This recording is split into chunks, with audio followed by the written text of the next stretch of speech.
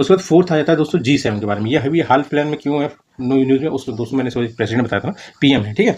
अभी जो मतलब पीएम है जो चेंज हुए हैं मतलब कनाडा के, ठीक है। पहले जस्टिन ट्रूडो थे, वो काफ़ी मतलब कट्टर थे, निज्जर जो था इन सब के मतलब जो भी मतलब खालिस्तानी थे, उनकी डेथ हुई, किसी एक उसकी डेथ हुई थी तो इंडिया पर इल्जाम लगा रहा था, है ना।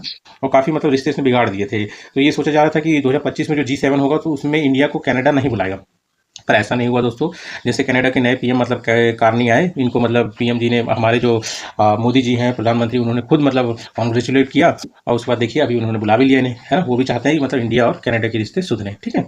अब इसमें हम लोग के लिए जानने वाली क्या बात है, G7 दोस्तों मतलब जो सब डेवलप्ड नेशन है ना, उनका एक समूह है, ठीक है। जो मतलब इकट्ठा होते हैं अपने मतलब इन्वायरमेंटल चैलेंजेस को डिस्कस करने के लिए, इकोनॉमिकल साइड से मतलब चैलेंजेस को डिस्कस करने के लिए, फाइनेंशियल चैलेंजेस को डिस्कस करने के लिए, मतलब है ना, ये साथ जो है इकट्ठा होते हैं, ठीक है।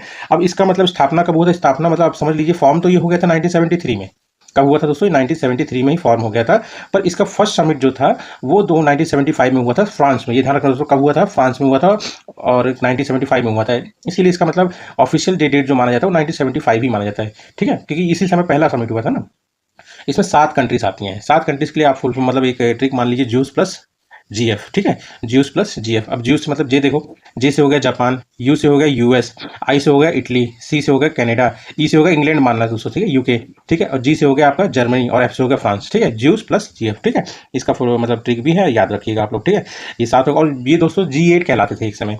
G8 जब कहलाते थे तो इनमें रशिया था। तो रशिया को क्या है कि वो रशिया ने यूक्रेन के क्रीमिया वाले पोर्शन को मतलब अटैक करके कब्जे में कर लिया। तो इससे मतलब यूरोप में ये सारे कंट्रीज मतलब खफा हो गए थे, उन्होंने इसको निकाल दिया अपनी G8 से, और G8 फिर बन गया G7। तो रशिया कब निकला था, 2008 में निकल गया था, ठीक है। उसके बाद जान लीजिए दो G20 दोस्तों, G7 जो G7 है उसको प्लस कर दो रशिया, मतलब G7 के 7 देश प्लस रशिया प्लस ये सारे देश में से टर्की, यूरोपियन यूनियन। और एक बात ध्यान रखिए दोस्तों, G20 को G21 कहना चाहिए क्योंकि इसमें अफ्रीकन यूनियन भी जुड़ा था। G20 जो इंडिया में हुआ था उस दौरान इंडिया ने जोड़ा था, पर वो यूनियन में जुड़ गया था, इसलिए G20 ही बोलते हैं, ठीक है। जैसे टर्की हो गया, यूरोपियन यूनियन हो गया, अर्जेंटीना हो गया, ब्राजील हो गया, साउथ कोरिया हो गया, Mexico, China, Indonesia, Saudi Arabia, Australia, India and south Africa, ठीक है दोस्तों।